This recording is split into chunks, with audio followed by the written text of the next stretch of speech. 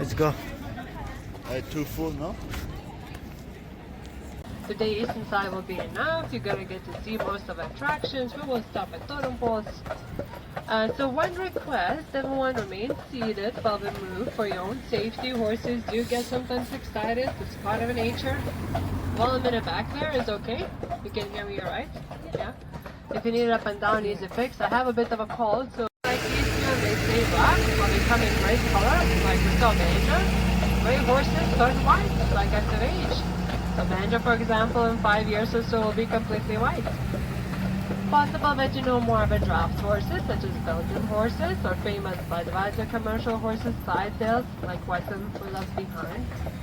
And all the big ones, originally were bred to carry knights in a battle. Long time ago, they wore horses. So back then, the knight was so heavy with the armor, and a horse had to carry a set of armor. It needed really strong animal. Used to be that heavy that you used pulling system to put the knight on top of a horse. If he was knocked down, that was it. No chances to get back on. Later, of course, they needed smaller and faster horses, so these big boys were left to do some farming, carting, delivering mail, beer, milk studs. There were days we couldn't live without them. Right now, of course, we have machinery for everything. So today we're lucky to join them for a walk in the park instead. You will hear me a lot to call them the boys. It's a bit of a habit, but they all are. Came with an old city law from 1700s when city said that all working horses have to be gelded. They're nuded male. The reason for that is that we know what happens when you bring a looking girl and a team of boys. And one gets a bit distracted. No work is done. We don't want this at work. That's our ladies at home and let the boys do the work. You know, I will tell you a bit more about Rex and Lonnie, how they live in a park later for a trip. For now, welcome to Stanley Park. A lot of things I want to point out as we get to see them along the way. Stanley Park is 1,000 acres in size. And we're quite proud to be 157 acres bigger than famous New York Central Park. One of the biggest city parks in Canada, and at least 8 million people per year come visit us, puts us into #1 tourist attraction in BC. So here on the right side, along goes the body of water that is called Harbor. In 1859, Captain George Richards came in here looking for coal deposits, and he found some. Luckily to us, it was really low grade. He didn't bother to mine it, left it empty just with a name. And we feel quite lucky. City would look a bit different if that would be a coal mine right here. So Coal Harbor today is home for Royal Vancouver Yacht Club. You can see probably those blue rooftops through trees. Those are floating boat sheds. Here is located one of the oldest clubs in the city. It was formed in 1903 and it's very prestigious. Thank you. And members of a club known to be winners for long sailing distance races such as Victoria to Maui or Swiftsure. Victoria to Maui race typically takes 10 to 18 days to finish. Recent record was done in 8 days, 9 hours and 17 minutes from people from here. And the Swiftsure race takes place around Vancouver Island water, starts and finishes in Victoria.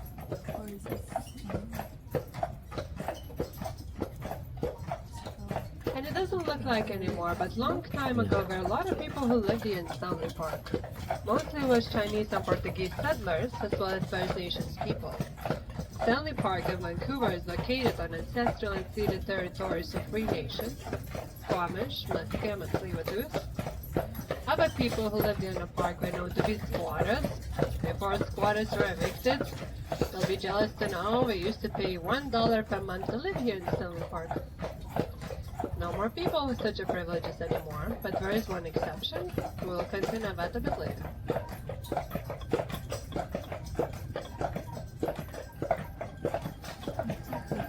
On the right side through the trees, once in a while I catch a glimpse of a small island. The red building bridge going to the island. That is HMC's Discovery, stands for His Majesty's Canadian Ship Discovery. And the place also have a nickname of a Dead Man's Island. Right before everyone else, some of the First Nations people lived there. At the time they had battles with people from north. One night Northmen came here by boat, so they took the island as a captive. Everyone were trapped, and later local people had an option: to see the women and children replaced with 200 warrior men.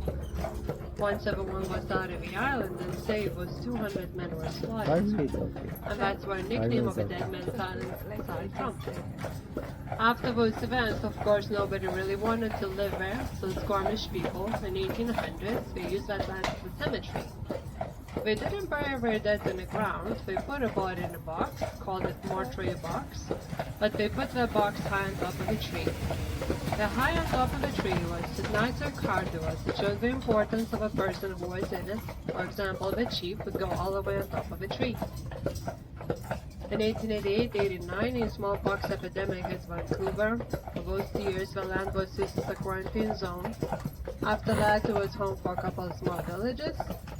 And in 1942, HMC's Discovery took over. So today that is a naval base, but we don't get to see any big ships here. It's a bit too shallow for them. So we use it mostly for official diplomatic functions, also for training naval cadets. And we get a really nice view from here of downtown. We get to see Vancouver, city of glass.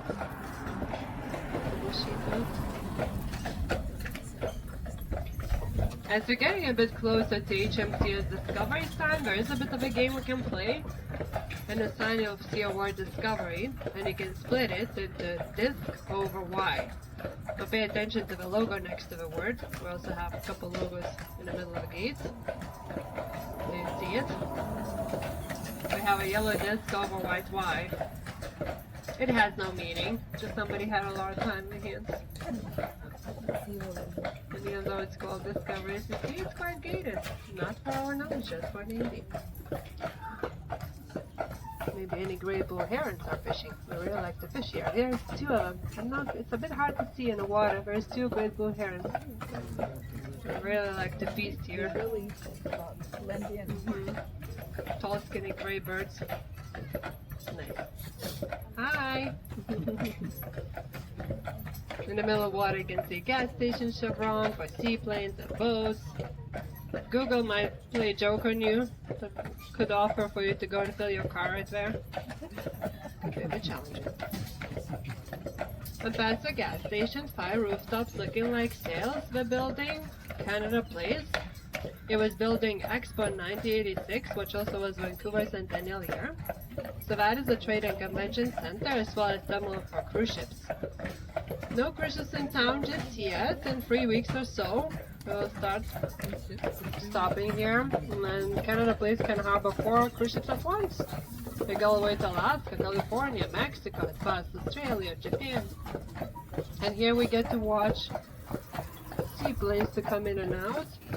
And right now, we're definitely going to get some flying later. From here you can take a seaplane to Vancouver Island, to Seattle, and have a small coast down to around BC, or just over city to enjoy beautiful city views for 30 minutes.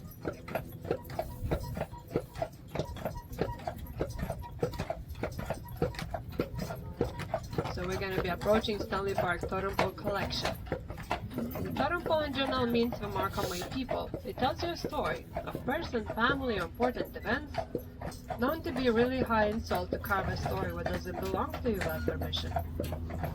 Here in front of us, we have welcoming totem pole carved by famous Musqueam artist Susan Point, called People Amongst the People. We have 3 of them around, they're all a bit different.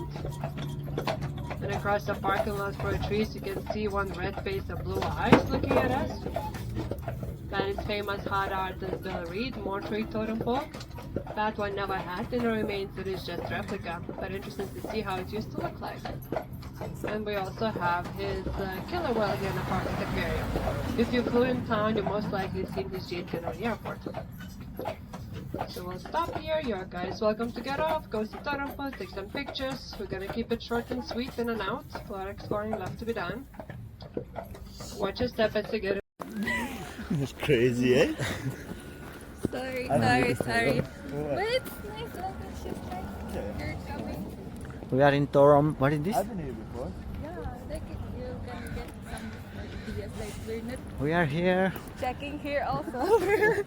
1:10, 5 minutes. That's why it's 1 hour. Every here, stop. take picture. Let's take picture. It's like $20, like it's 65 per head. 65 per person. 65. I'm not coming again. Yeah, it's only one time. Yeah. You can know all the history about the Horse? horse and then the people who live here. It's good to hear. Buy one. One piece again.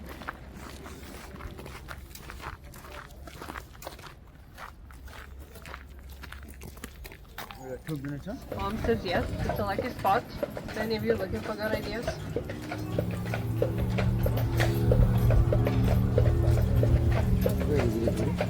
Over in the back, beautiful view of downtown and mountains. I like as a football game, just what, 2 hours or so. Cricket test match can go up to 5 days. And it often end up in withdrawal, nobody even wins. But luckily for the guys, they have tea breaks written in the rules, we can relax once in a while. Oh, we can do it. Rugby field on top of a hill. That game is a bit more rough. No tea breaks for them. Beer breaks after. In California, tea breaks very often. And on the left side, coming up, hiding in the trees and bushes, beautiful brown cottage. Imagine somebody lives here in Stanley Park. That is home for a 9 o'clock guy and a lighthouse caretaker. So originally lighthouse caretaker had really interesting duty what came together of that house. Every day he had to go next to a lighthouse and fire a stick of dynamite above the water so the ship captains can reset their chronometers by the blast of a fire. For ship captains it was really important to know the timing of the tides. So they wanted to reset their chronometers once per day. The lighthouse caretaker was doing the duty. Sounds really interesting and romantic, but he actually hated the job. It was very dangerous. He was using apparatus looking like a fishing rod, did that all by hand. He was complaining a lot, and at some point his complaints were listened. He got a gun. Today, that is a 12 pound. They said absolutely no. It says go get your radius. So he got home and found a local artist, Stanley Park, and asked him to create a statue as beautiful as Little Mermaid, but she's different enough it wouldn't get sued. At the sea, it used to be $45 for people to cross the body of water to the side of land. Mountain Peaks in Capilano Valley, that is just across the water. We don't get to see them here from afar, but between our local mountains.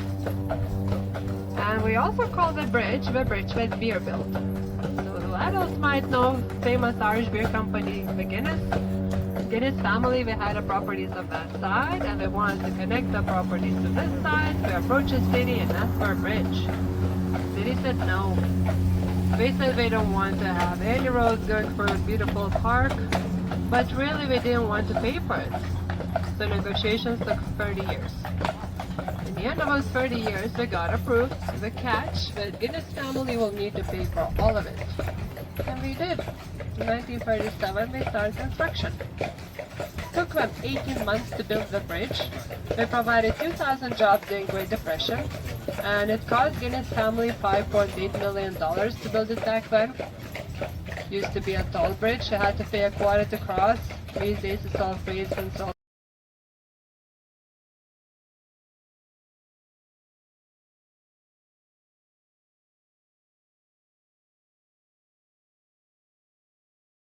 The bit in Netflix series Fun Housing, the movie with Julia Roberts near there. If you like Christmas movies, that was quoted 2 white tails. But most likely was Matlock and Luke, white Percherons. Some of the boys do have a second job to pay for rent. Expensive. Lonnie's his second job. He is actually our therapy horse. We take Lonnie into the senior home straight in the building. He does have this nice personality. He likes to put his nose on your lap and just gives you a moment with him, you know. The senior is just melting for his visits. We just have to measure a door if we're to go somewhere new to make sure that we can fit through.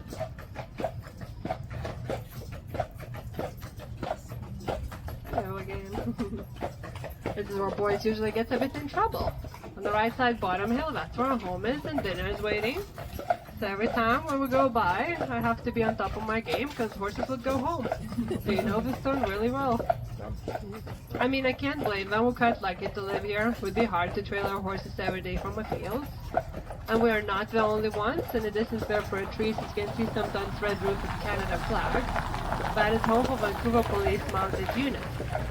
So those guys started patrolling here since 1908 and seem to be very efficient to do that on top of a horse, and they still do that. We patrol in a park, we go with the tree coming up on the right side, that is ginkgo tree. Scientists believe the genetics of a tree goes as far as a million years ago. Basically was existing together with dinosaurs, pretty cool. Another part of our gardens on the right side, Bottom Hill, we have Shakespeare Gardens, we have Shakespeare Ponds there. So those tulips are so pretty, just a couple of days ago.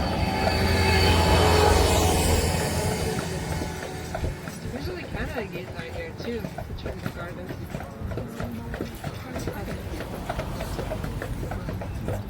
The tree on the right side coming up with benches around. Western red cedar and western hemlock are the trees who like to grow on top of old stumps. That's why they send their roots into that old one, take over nutrition, helps them to grow tall and strong. Once that old one is all rotted and gone, leaves us with interesting root formations like the one on the left side. Hanging roots. That's how they happen. So that hanging root tree on the left side used to be hemlock. Hemlock is also a quite important tree for First Nations.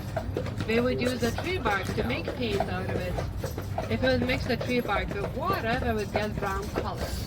If it would mix it with salmon raw, it would get orange or red color. Like 5 minutes. And if you're really adventurous, you want to get a black color out of it, they have to mix it with urine. And that's where colors for totem poles mostly came from. First Nations were quite creative on using nature for their daily lives. And here it is. All Stanley Park cherry blossoms for you in one place.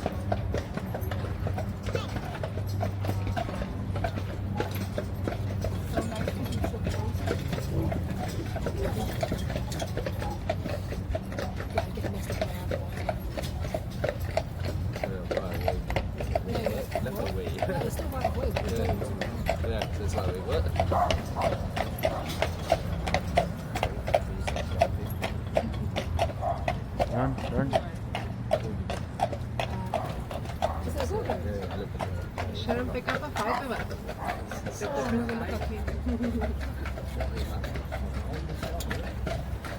It's sometimes scary for them to see horses, they're so huge.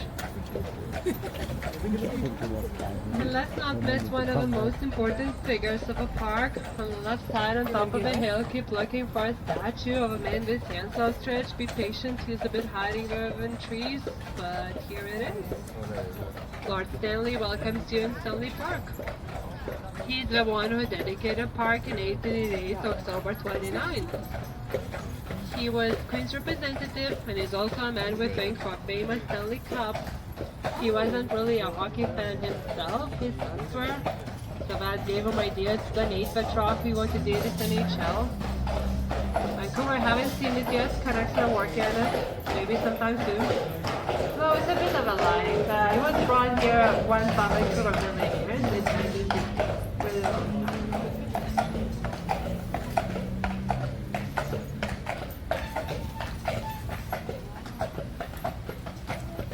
Another statue of a man looking down on us like we're in trouble. On the left side coming up, that is Robbie Burns, Scottish poet. People sing one of his poems all anxiety on New Year's Eve. Back when his cat is originally from Scotland, he in Vancouver quite a big Scottish community. You can see Lord Stanley there in the back again if you didn't see in the first place. Rowing Club on the right side, Heritage Building. These guys are big Olympic winners, rain or shine. You're gonna see them training, reaching for another medal. I did not see anyone out there today. And last but not least, back on the left side, coming up, oldest monument in the city, put here in 1905 for Queen Victoria. Vancouver kids raised the funds for the monument by selling cards with Queen's picture for 10 cents a piece. Used to be a drinking fountain with 2 brass cups attached, so one can come here on a hot day and have a sip of water. But at some point, city lights it's a bit of a cemetery. So they removed the cups, and today it is just a regular monument. And here we are, almost back where we started. Usually we get to see here a lot of black squirrels. On the trees. I don't see any. Yeah, if any of you need a small snack or beverage, our booth can help you. If you think you're a bit more hungry, Bar and Grill on the left side behind the trees. The dining pavilion, they have delicious burgers. Really good seafood restaurant called Cardero's. Across Coal Harbor on Cardero Street, just 15 minutes out of a park. If your first time in Canada, you gotta try poutine. Very Canadian, looks a bit weird, but it's pretty good. Be brave. Really good spot in downtown on Davie Street called Le Belle Patate. You know what we're doing there. If you're thinking to go to aquarium, you don't have a ticket, you can get it from us. This way you're gonna skip a line. Also get this, maybe save just a low dollar. I don't know, these days we change the price every day. The last entrance $3.30, so don't wait for too long. I don't know, if you need some ideas where to go, what to see, chat with any of us. And on behalf of myself, AAA Horsing Carriage, Rex and Lonnie, thank you so much for joining us. I hope you stay warm. You are welcome to go and see horses. Say thank you for all the work they did. You can pet them gently in between their eyes. Please be aware of your fingers. Fill up baby carrots. Might be an honest mistake. Alright? So don't put your hand underneath. Here we are. So watch your step as to get enough. Alright. Land it.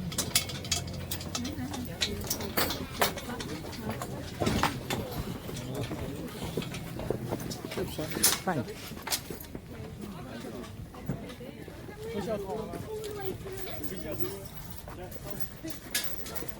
Good, huh? Carrots?